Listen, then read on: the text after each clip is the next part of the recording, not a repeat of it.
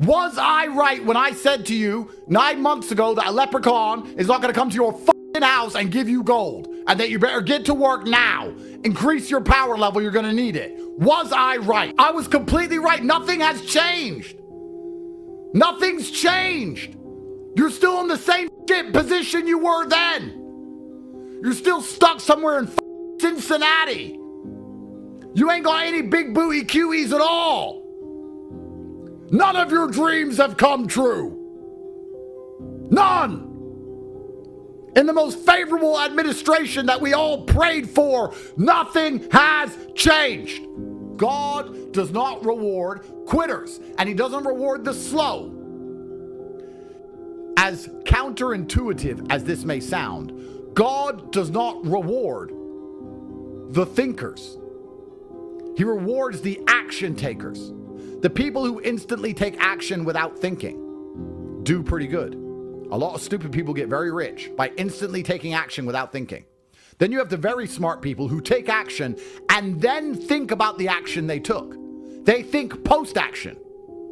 I'm going to take an action because I have to be first. Now let me think about what I've done.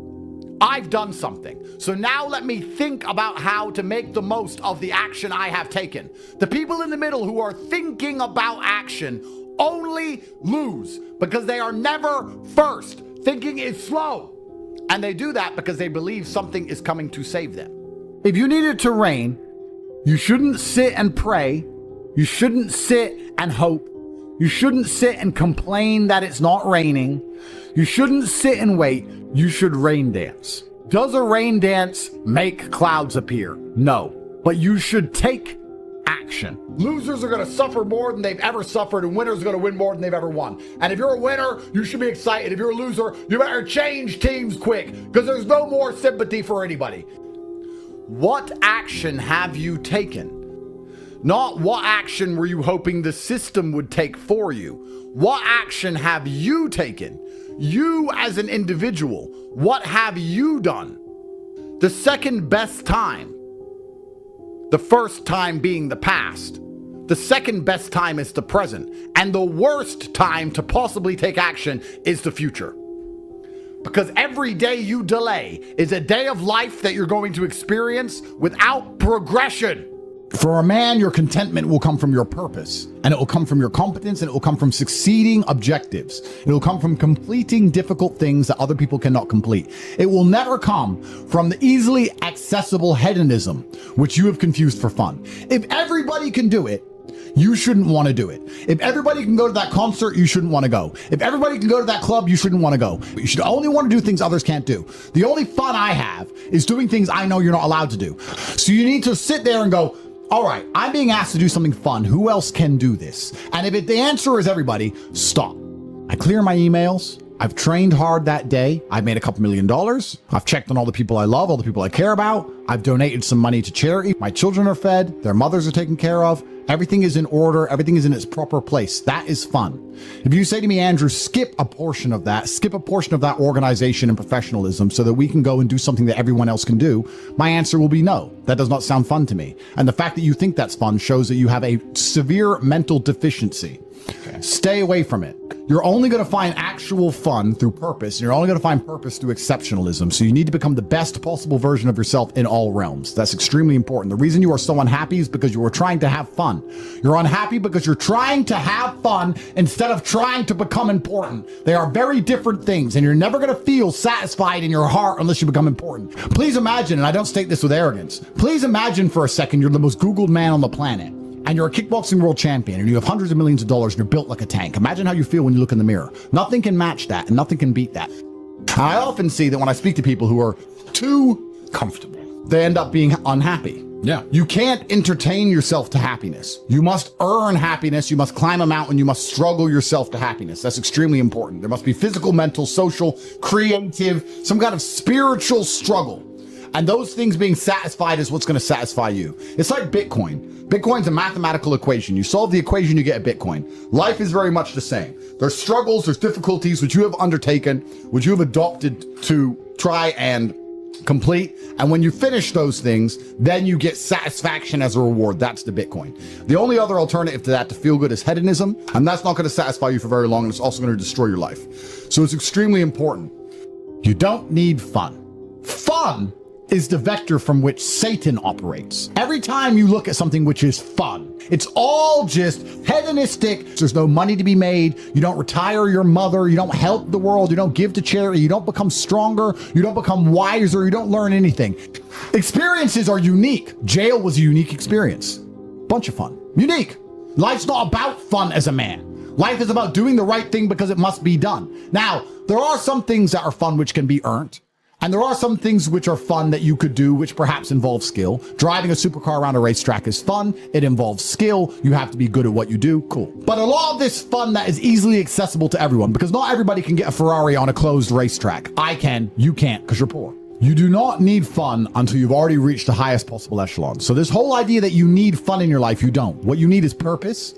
You need discipline. You need hard work. You need things to do which are going to benefit you and the others around you. You need duty, you need obligations, and you need performance metrics. You need people around you who are going to hold you accountable. You're nobodies. You're not important. Nobody knows who you are. You're not physically strong. You're not financially wealthy. You have bigger concerns. Your obsession with fun is holding you back. These things you think are fun aren't fun. If you're a hero, you can resist.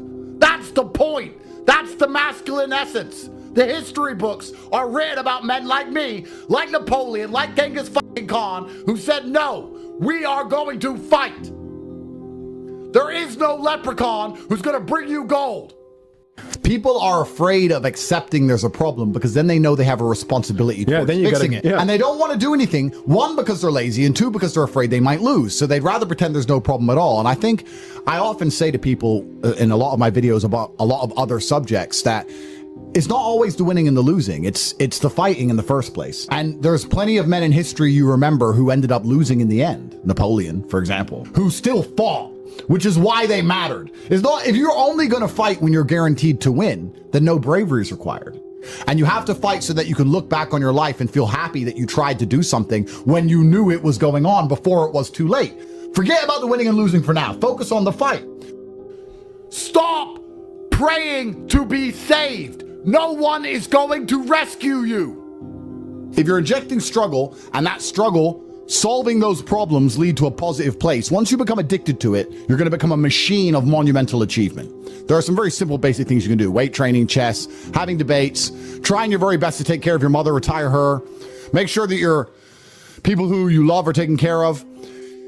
You need goals and resistance and something to fight against to live well. Because the distance between pain and joy is what we experience. If you only have joy all of the time and no pain, you are not going to be happy. Do you not understand how intimidating that is just when they look at a group of people and they all look like superheroes and they can tell they're all disciplined, all hardworking, all dedicated, all physically strong? The struggle is what's beautiful about it. That's the most important thing. That's what you have to understand. First, you want to become as strong as physically possible. So you want to be as strong as physically possible. Next, you want to try and make as much money as possible. Not even necessarily for the money, although money is extremely important because it allows you to take care of yourself. We talked about this before, but there's the challenge involved, and solving that challenge is going to make you feel more satisfied as a human. Happiness comes from success, and making money is success. You should try and make people around you smile and be happy. You should try and encourage positivity around you. You should be the kind of person that no one can really complain about their struggles around because they know that you're the person who's going to be like, why are you complaining when you could just simply fix it? So how do you find happiness? Happiness is in struggle. The struggle and the size of the struggle you're facing, along with how important it is and how important you feel it is deep in your heart, is directly correlated to how successful and how happy you're going to feel all of the time. Struggle is extremely important for a man, and you should be looking to inject struggle into your life permanently. Action solves all things. Time solves all things. God solves all things. And to sit around and be obsessed with feelings is highly feminine. I don't like that energy around me. If I feel sad, I don't cry. Just get on with life. It's the adult mentality. So I'm not sure. Feelings don't cross my mind, if that makes sense. They don't cross my mind because they don't affect my day. So it doesn't change anything. So I have other things to think about. So we've removed the needs, and we've removed the hard facts and the duty and the honor and the commitments, and we've replaced it all with this subjectiveness. And there's nothing more subjective than feelings. How I feel inside on a day I say I'm happy might be the exact same way someone feels inside on the day they say they're sad, because their expectation might be higher for happy because they only think they're happy when they're running around laughing like a child. I don't really give a shit how the men I know feel because they have things they need to do. And as long as they're going to do them like they're supposed to do them, I don't really care that much. And if they were to come to me and say they feel down about something and they had a good reason, I wouldn't be insensitive. That's fine. But we're talking about a death of a family member or something. And we're talking about 1 or 2 days until you just get back to life. You have things to do. If you did what you believed was best at the time, hindsight's a bitch, right? If you did what you believed was best at the time, then what are you mad for? Every mistake I made in my life, at the time I thought I was doing the right thing. So I'm not gonna be mad at past me. And every single bad thing that's happened to me, every single piece of trauma that's happened in my life has led me here. So if you're happy with where you are currently, then you have to be happy for every bad thing that's ever happened to you. Truthfully, a man, I believe, is being able to do the things that are hard or do things you don't want to do because you're supposed to do them. I think that's what a man's always been. A man is supposed to be strong. He needs to be strong, so he has to become strong. That's his job. A man is supposed to be brave. It's not that you can't feel fear. It's that you have to be brave. Oh, an attacker's here. I'm afraid, but I'm a man, so I will go and engage the attacker. It is my job. And now we're teaching men, you don't have to do what you don't feel like doing. You can do what you do feel like doing. The thing that people struggle with most, especially men, is that we only learn lessons the hard way. That's the problem. You want to be good at learning lessons the easy way, which is really paying attention and making sure the feedback you're receiving, you need to be perceptive to it so that it doesn't have to be so hard hitting. You need to be the kind of person who goes out for a drive and his wheels slide a bit and he slows down. But what people typically do is they go out for a drive, their wheels slide a little bit, they continue, and then they crash. And then they realize I should have slowed down once they hit a tree. They only learn the hard way. But when they got the easy little bits of feedback, they didn't want to pay attention to them because it was easy and they thought they got away with it. And it's the same with a relationship and the same with everything else. There's little bits of feedback. You go, okay, this is going to be a problem later on if I continue. But they ignore that part. They wait for it all to blow up and go wrong. And then they learn. So men only learn the hard way. And the reason they're sitting at home, even if they don't admit to these ailments, wondering why they're so unhappy all the time, is because you're fighting an internal battle. Your monologue is different in your mind from what your spirit truly wants. You want to be respected. You want to be strong. You want to stand up for what you know is right. You want to be a man, and you're just too afraid to engage the enemy. So you're going to self-destruct. You're going to turn on yourself. There's a fire inside of you. There's a fire inside of absolutely every man, and you can either direct it at your enemy and do your very best to destroy him, or it's going to burn inside of you and eat you alive. You have to make a choice. You're going to be 70 years old, and everybody who ever treated you badly is going to be glad they did, because they're going to think of you as a fucking scumbag. They're going to think, I'm glad I don't talk to him anymore. I'm glad I left that guy. I'm glad I never believed in him. And they're going to be right. And you don't have motivation to go try, so they feel some regret. You want to just be the laughing stock of everybody who's ever interacted with you ever, and you lack motivation somehow. You don't have a six-pack, big arms, a bunch of money, a Lambo. You have none of those things. And all the people who ever said you were a fucking loser were right. That's how you're going to live your life as a man? There is no such thing as the perfect time to do anything, because all timing is divine. God gave you time, and he gave you time to take action. Trust me, the world can function perfectly fine without you. So you have to ask yourself a question. What are you here for? You're here to do things. Action, inaction, cause and effect. These are the simple rules of the universe. And today you have an important choice to make and save your bloodline from eternal serfdom. If you do not take action, if you do not move, if you think that the timing will be better later on, something's going to change in the future that's going to make it easier, that you'll work later, you don't have to work now, you are going to feel the bitter, permanent sting of regret. Was life as a man in the year 700 any better than it is today? Look at all the battles where men charged at each other with spears, just getting stabbed to death. Whether you win or lose, whether you survive or not. Being a man has always sucked. And now, being a man still super sucks, but it's probably the best it's ever been. And you're crying about it. Of all the periods of history where men had to be men and go through what was expected of men, this is the period of history where it's really not that bad. You have to make some money, you have to be competent, be on time, go to the gym, be funny so the girls want to talk to you, be charismatic, and you'll be all right. Haven't got to charge at the muskets, haven't got to load the cannons, haven't got to freeze to death in the icy waters of the Atlantic for the women and children. No. you have to go to the gym and you're struggling with motivation. Because you're a fuck up and a loser. Life's shit as a man, but it's better than it's ever been. And if you're struggling today, you would never have stood a chance when the armored knights came over the hill ready to decapitate everybody in your village.